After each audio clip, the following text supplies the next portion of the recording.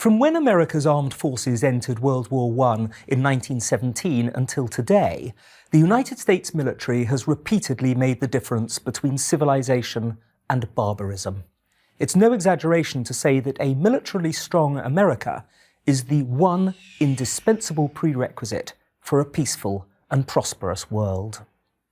The witness of history, as well as our own common sense, bears testament to the fact that when America's armed forces are powerful, focused and feared, the globe is a better place than when she is weak, unprepared and vacillating.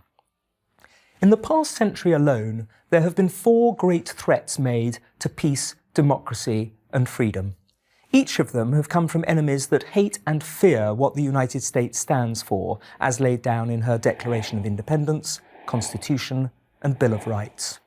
3 of these have come from differing mutations of fascism, and one from its totalitarian twin, communism. In each case, it has been the US military that has been a principal force protecting the free world from the tyranny these threats have sought to impose. The First World War sprung from Germany's bid for hegemony over Europe and was powered by a Prussian military machine that was proto-fascist in its outlooks, ambitions and assumptions. When the discovery of the infamous Zimmermann telegram revealed that Germany wanted to extend the war even into the American heartland, the Wilson administration sent hundreds of thousands of young American recruits, nicknamed doughboys, onto the battlefields of Europe and tipped the balance in the Allies' favour. 25 years later, the American armed forces were again fighting against the second mutation of fascist ideology as espoused by Nazi Germany and Imperial Japan. On battlefields as distant from America as tiny islands in the South Pacific, picturesque villages in Italy and desolate towns in northern Africa, as well as on the sea in the Atlantic and in the skies over Germany, the American armed forces made another invaluable contribution to victory. Yet the fight for freedom wasn't over.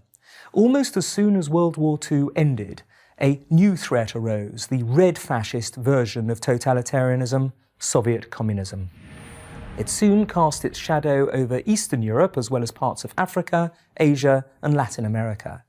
American military might, deployed intelligently and globally, played the key role in neutralizing and then ultimately bankrupting that terrible menace to the free world.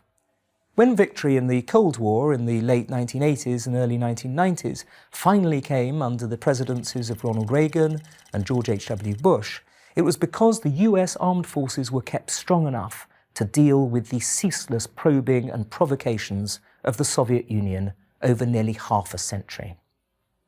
Since 9/11, the world has been faced with yet another mutation of fascism, fundamentalist Islamist terrorism.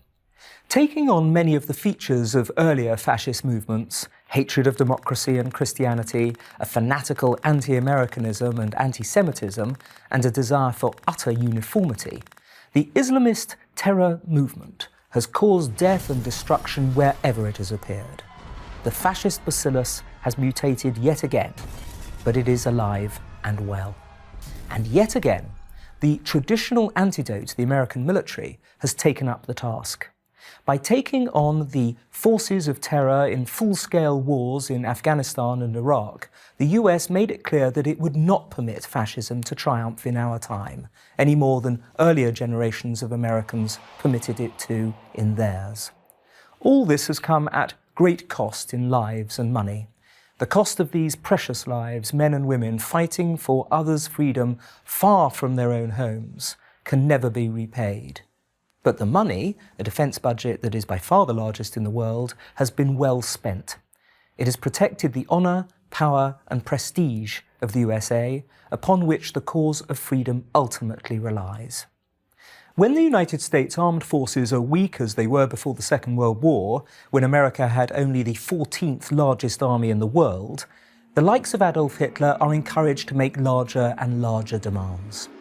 When US armed forces are strong, however, even a superpower like the Soviet Union has to acknowledge its own internal contradictions and inability to overawe the West.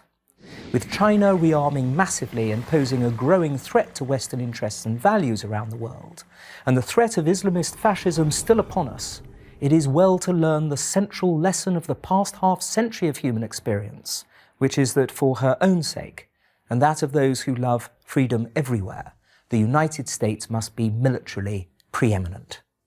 I'm Andrew Roberts for Prager University.